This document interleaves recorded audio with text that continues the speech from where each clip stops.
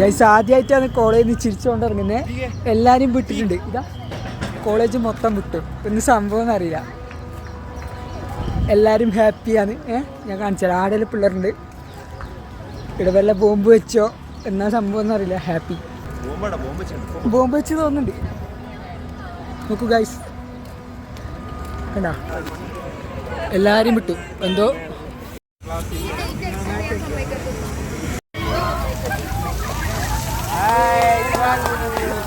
അല്ല എന്തൊക്കെയാ ഇവിടെ നടക്കുന്നേ?